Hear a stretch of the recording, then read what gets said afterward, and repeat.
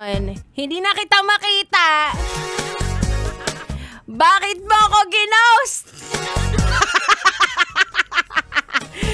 Kahapon lang ang sweet-sweet natin, ha?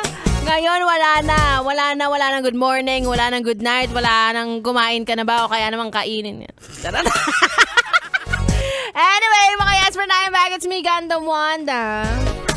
Kasama niyo pa rin dito sa 101.1 Yes FM at ang chika sa akin. Yes, friend.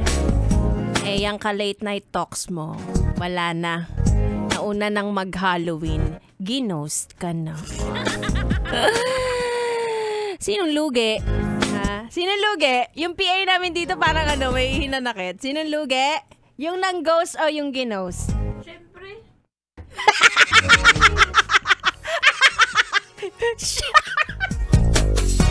Wala na. Naiyak na yung PA namin. Hindi, syempre yung ang lugi dyan, yung nang-ghost. Lalo na kapag hindi pa nagkakatikiman. Nang luto. Diba? Yes. Tama naman. Oo. Syempre. Oo. Delikadong pahawakin ng mic tong namin. Delikadong pahawakin ng mic tong PA namin. Parang marami siyang gustong sabihin. Marami siyang gustong marami siyang hinanakit sa buhay. Tandaan na, kapag ginost ka, hayaan mo na. Pagtirik mo na lang sila ng kandil. Hayaan mo na.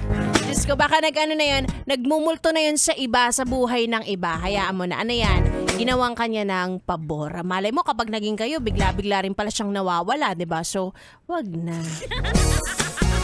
Saka, hayaan mo na yun, hindi nakakaganda. Diba?